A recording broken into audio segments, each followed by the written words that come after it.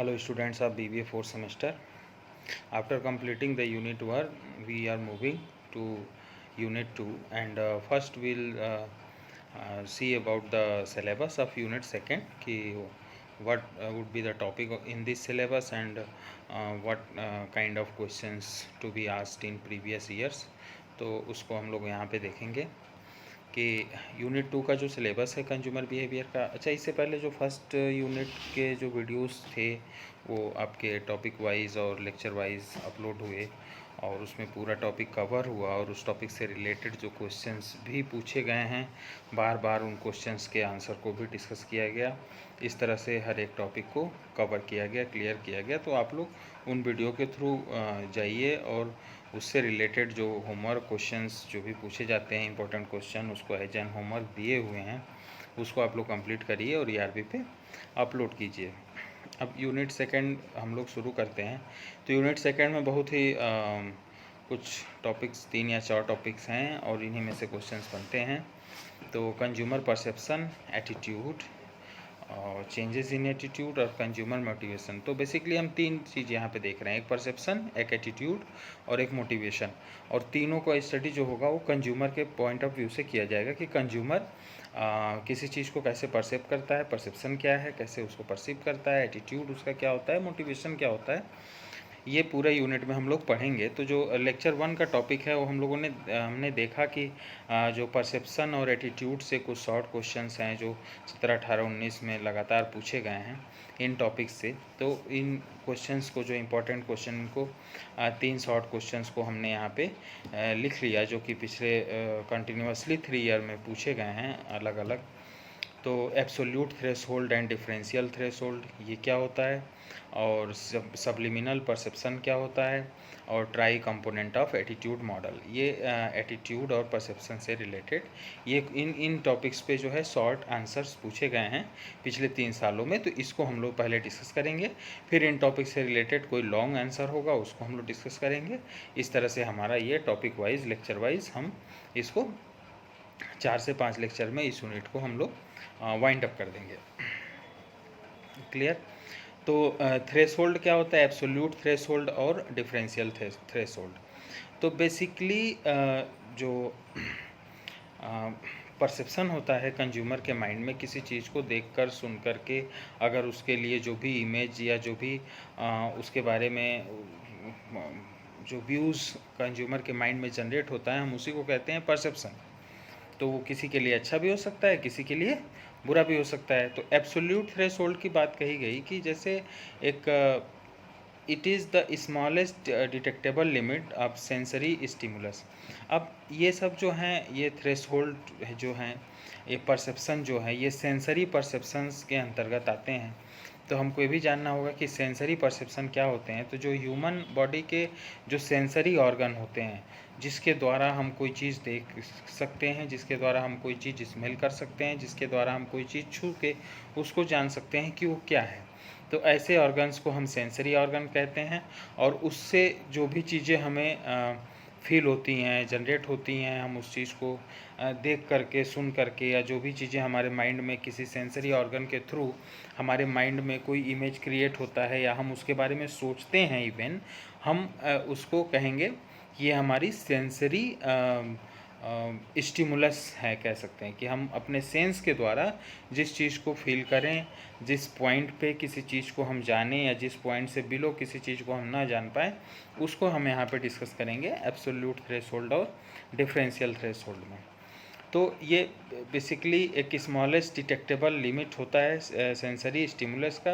It can also be described as the lowest intensity at which a stimulus can be recognized और detected. मतलब जहाँ पर भी हमें किसी चीज़ का एहसास हो, उसका वो न्यूनतम बिंदु या लोवेस्ट पॉइंट जहाँ पे हम कोई चीज़ जो हमारे दिमाग को स्टक कर जाए, जो हमारे माइंड में कोई चीज़ अपनी जगह बना दे या हमारे दिमाग को हम कह सकते हैं कि अपनी तरफ आकर्षित कर ले, उस पर्टिकुलर पॉइंट पे हम उसको कहेंगे एब्सोल्यूट थ्रेशोल्ड। तो अगर इसको हम एग्जाम्पल के रूप में इस तरह से समझें कि जैसे कि कोई होर्डिंग है हाईवे पे और अगर उस पर कोई चीज़ बहुत ही छोटा लिखा हो, इवन वो बहुत ही क्रिएटिव हो या बहुत ही अपीलिंग हो, लेकिन वो इतना साइज में इतना छोटा है कि वो किसी भी मतलब मोटर गाड़ी से कोई गुजर रहा है वहाँ से तो उसके तरफ ध्यान नहीं जा रहा है उसका, तो he will not be able to get the meaning of the hoarding. तो ऐसे समय पे वो उस होर्डिंग का मतलब नहीं समझ पाएगा।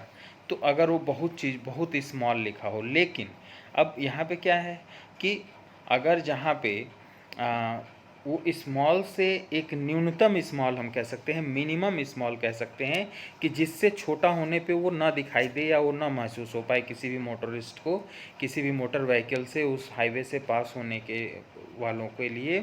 तो वो जो minimum size of the content हम कह सकते हैं कि ऐसा हो जो कि क्या हो कि जो बिलबोर्ड पे एक्चुअली विजिबल हो जाए, मतलब वो मिनिमम न्यूनतम डिटेक्टेबल सेंसरी स्टिमुली जो हमें विजिबल हो जाए या जो हमें स्टक कर जाए, जो हमें किसी पॉइंट पे हमें सोचने के लिए मजबूर कर दे, हम उसको कहेंगे एब्सोल्यूट थ्रेशोल्ड।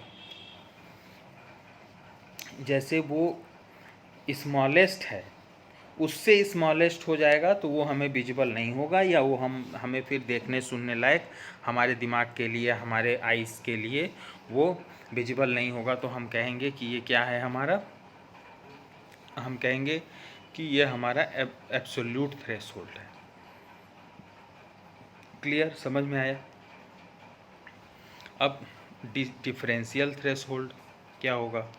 डिफरेंशियल हम कहेंगे कि the level of threshold in which the difference which is detected in stimuli can be easily recognized या perceived, यानी जस्ट नोटिसेबल डिफरेंस हम कह सकते हैं कि थ्रेशोल्ड में जस्ट नोटिसेबल जो डिफरेंसेस हम पाएंगे, जिसको हम लोग जस्ट नोटिस करेंगे किन्हीं भी जो स्टिमुलिस के बीच में हमें जो डिफरेंस जो कि जस्ट नोटिसेबल होगा, यानी जो हम देख पाएंगे, जिसको हम नोटिस कर पाएंगे, ऐसे स्टिमुलीज के डिफरेंस को हम कहेंगे कि डिफरेंशियल थ्रेशोल्ड, जो कि हमें किसी दो पॉइंट्स के बीच में ईज़िली हमें रिकॉग्नाइज हो जाए या हम उसको परसीव कर जाएं। तो ऐसे जो पॉइंट होगा उसको हम स्टिमुली जो डिफरेंस को क्रिएट कराएगा या जो डिफरेंसेस को बताएगा, तो हम ऐसे स्टिमुली को हम कहेंगे JND या द डिफरेंशियल थ्रेशोल्ड। तो इसको आप लोगों ने देख लिया कि लोवेस्ट थ्रेशोल्ड और डिफरेंशियल थ्रेशोल्ड क्या है। अब इसी में भी पूछा गया है कि सबलिमिनल परसेप्शन, ऐसा परसेप्शन, अब जैसे इसको हम डायरेक्ट एग्जांपल से समझे तो बहुत अच्छी तरीके से समझ जाएंगे कि जैसे हम बैठे हैं, कोई और काम कर रहे हैं, और अचानक से हमारे सामने, जिसके लिए हमारा माइंड अवेयर ना हो या हमारा माइंड प्रिपेयर ना हो, और सडनली कुछ ऐसा चीज़ें आ जाती हैं हमारे सामने जिसके लिए हमें लगता है कि हाँ I should go for this, ठीक है। तो ऐसे परसेप्शन को हम कहते हैं subliminal perception. Subliminal perception will experienced by a consumer when they receive a marketing message without their conscious awareness, मतलब कि एकदम इस तरह से मैसेज या कोई चीज़ें उसके तक आई, एडवर्टीजमेंट या कुछ भी इंफॉर्मेशन जिसके बारे में वो सोच नहीं रहा था। क्लियर?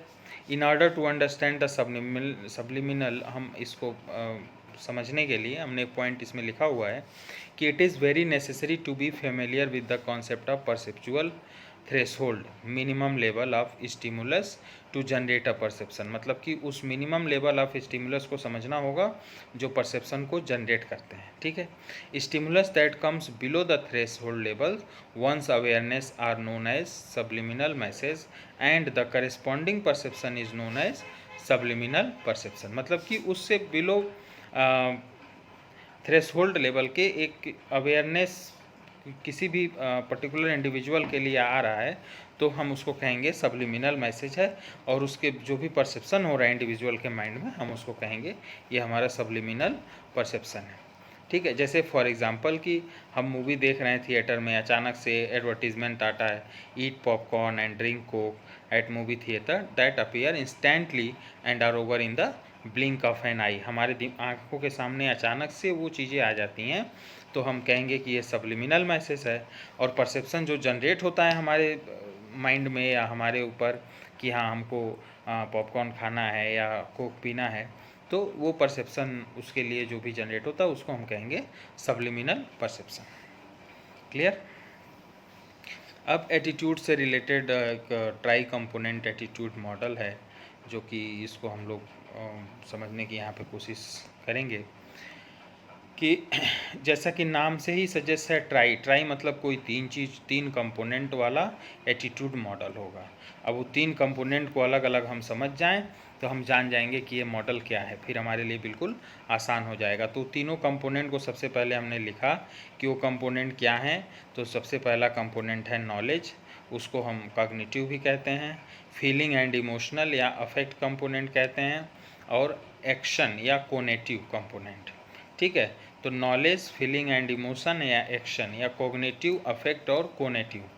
तो नॉलेज और the cognitive component comprises the cognitive process. Cognitive process होता है जैसे हम अपने दिमाग से कोई चीज़ सोचते हैं, किसी चीज़ के लिए कोई चीज़ हम सोच रहे हैं, कह रहे हैं, बना रहे हैं, कोई चीज़ हम किसी चीज़ के लिए कोई डिसीजन ले रहे हैं, हम अपने कॉग्निशन मतलब मेंटल थिंकिंग प्रोसेस को हम कॉग्निशन कहते हैं। ठीक है, in terms of marketing the knowledge और cognitive component of the tri component model consist of consumers knowledge. अब उससे कंज्यूमर के नॉलेज पे ही वो पूरा डिपेंड करता है, and the products of service offering and the marketing mix. मतलब कि वो दिमाग में किसके बारे में सोचता है कि कोई प्रोडक्ट या सर्विसेज के लिए कंपनी जो प्रोडक्ट या सर्विसेज हैं वो कैसा है, उसके बारे में वो क्या सोचता है, क्या उसके बारे में व्यू पॉइंट वो अपने माइंड में सेट करता है, वो सारी चीज़ें द नॉलेज के कंपोनेंट में आएगी। फीलिंग और द अफेक्ट कंपोनेंट, तो हम कहेंगे कि emotional component of attitude, emotions. जैसे in fact this is understood to be attitude itself as it depicts emotions states that are positive, neutral या negative. In marketing term it refers to consumers feeling about the product services offering and तो consumer की feeling क्या है किसी product के बारे में, और ये बताएगा उसके पॉजिटिव, न्यूट्रल या नेगेटिव एटीट्यूड के बारे में। तो पॉजिटिव, न्यूट्रल या नेगेटिव एटीट्यूड ही किसी भी पर्टिकुलर प्रोडक्ट के या सर्विसेज के बारे में कंज्यूमर के माइंड में वो इस बात को वो सेट करेंगे कि कंज्यूमर को ये पर्टिकुलर प्रोडक्ट या सर्विसेज खरीदनी है या अवेल करनी है या नहीं खरीदनी है। पॉजिटिव होगा मीन्स कि the consumer will go for the product. अगर न्यूट्रल होगा तो कंज्यूमर विल इधर में और may not go for the product, और नेगेटिव होगा तो वो उस प्रोडक्ट के बारे में नहीं जाएगा और उसका वर्ड ऑफ माउथ नेगेटिवली उसको पब्लिसाइज्ड भी करेगा। ठीक है, तो ये एटीट्यूड हमारा फीलिंग और द अफेक्ट कंपोनेंट में आ गया। अब कोनेटिव या एक्शन। अब ये जो फीलिंग है, जो अफेक्ट कंपोनेंट है या नॉलेज कंपोनेंट है, ये हमारे अंदर की चीज़ है। हम क्या फील कर रहे हैं, हमारे दिमाग में कितना ज्ञान भरा है किसी प्रोडक्ट सर्विस के बारे में, ये हमें दिखाई नहीं देता है। इस ट्राई कंपोनेंट मॉडल में तो नॉलेज भी दिखाई नहीं देता है, फीलिंग या अफेक्ट जो कंपोनेंट करते हैं वो भी नहीं दिखाई देता है। तो हम कहेंगे जो कोनेटिव कंपोनेंट है वो एक्शन कंपोनेंट है। मतलब कि हमने प्रोडक्ट खरीदा या नहीं खरीदा वो चीज़ हमारे एक्शन में दिखती है, यानी इस कंपोनेंट को हम क्या करेंगे, देख सकते हैं। ये कंपोनेंट हमारा इंटरनल नहीं होगा, ये कंपोनेंट एक्सटर्नल होगा। तो is indicative of an individual's tendency to behave मतलब एक्ट और नॉट टू एक्ट। इसका मतलब टू बाई और not to buy in a particular manner with respect to the attitude object, जो भी प्रोडक्ट सर्विस ऑफरिंग या उसके ब्रांड के बारे में उसके माइंड में है। तो as per the model the knowledge and the feeling components can not be seen but they can only be inferred. वो चीज़ें महसूस होती हैं और it is only the behavioural component which can be observe. मतलब कि जो कोनेटिव कंपोनेंट है वो एक्शन में नज़र आता है, और एक्शन हमें दिखाई देगा कि किसी ने कोई प्रोडक्ट खरीदा है कि नहीं खरीदा है, ये एक्शन में दिखेगा। लेकिन जो फीलिंग हो गया, नॉलेज हो गया, जो अफेक्शन हो गया, वो हमें एक्शन में नहीं दिखाई देगा। क्लियर। तो ये हमारा जो तीन कंपोनेंट है ट्राई कंपोनेंट मॉडल, नॉलेज या कॉग्निटिव, फीलिंग एंड इमोशनल या एक्शन। तो नॉलेज और फीलिंग एंड इमोशनल जो हैं ये दिखाई नहीं देंगे हमको, ये इंटरनली होगा, ये कॉग्निटिव मेंटल थिंकिंग प्रोसेस होगा।